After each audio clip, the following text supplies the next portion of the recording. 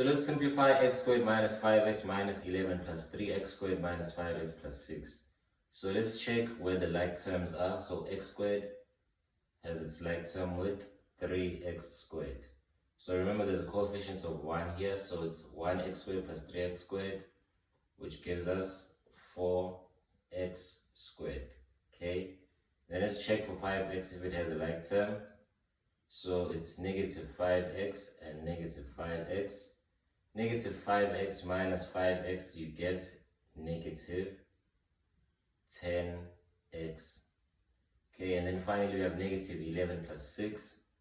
Negative 11 plus 6 is negative 5. So we have simplified this expression.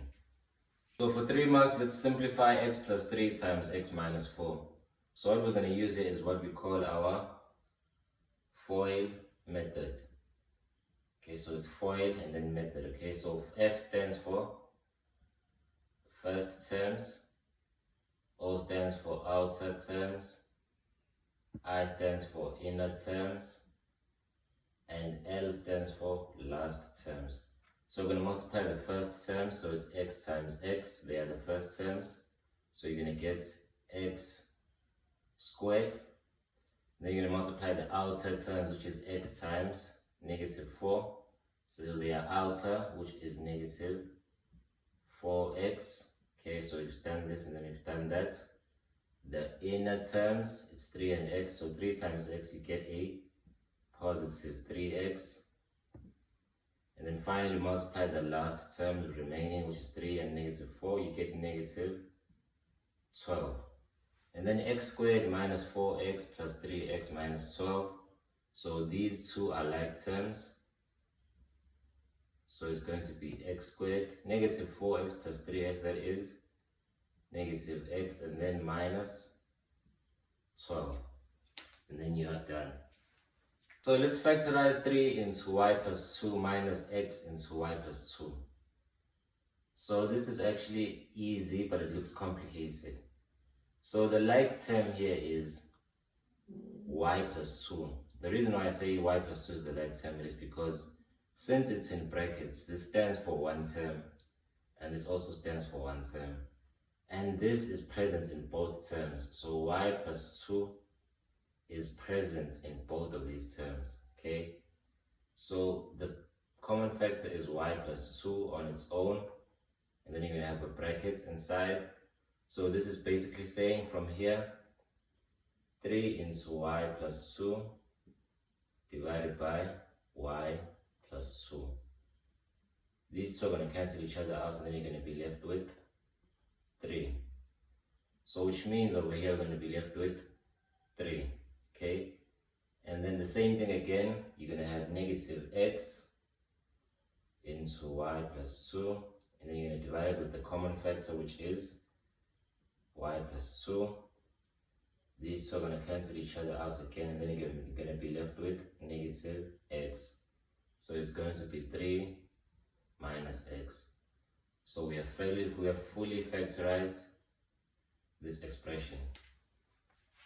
So let's factorize 4x exponent 3 minus 4x. Okay, so the highest common factor between the coefficients is basically 4.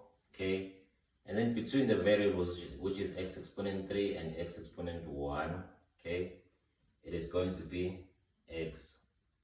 The reason why it's x exponent 1, it is because you have to take the one with the lower exponents. So this one has an x exponent of 1, okay, and then into, so 4x exponent 3 divided by this 4x.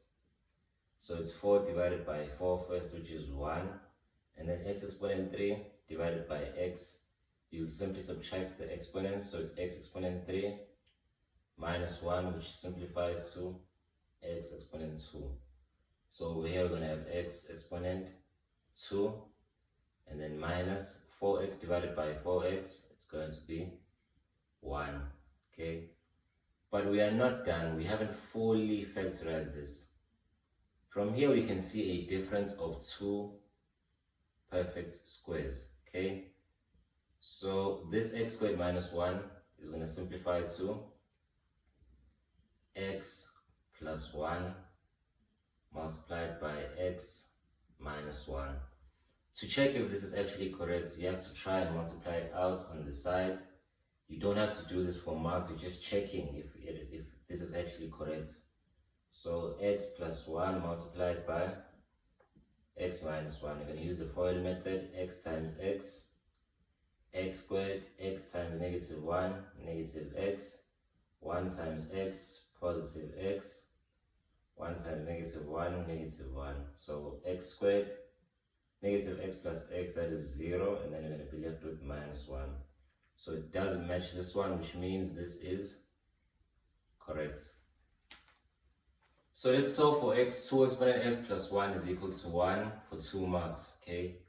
So here we're dealing with exponents, and the most important thing when dealing with exponents is we're trying to have the same bases so we can deal with the exponents. Now in this case, we can see that this is a base 2 and this is a base 1, which means they are not the same bases.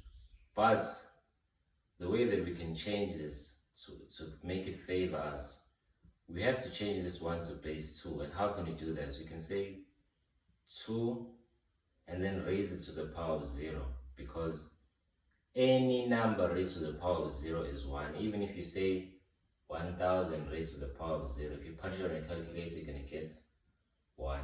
Even if it's 1 million raised to the power of 0, you're still going to get 1. Even if it's a variable, just a exponent 0, it's still 1. So now since the bases are the same, which is base 2 and base 2, we can now equate the exponents. So you can now say x plus 1 is equal to 0, and then solve for x. So it's going to be x is equal to negative 1.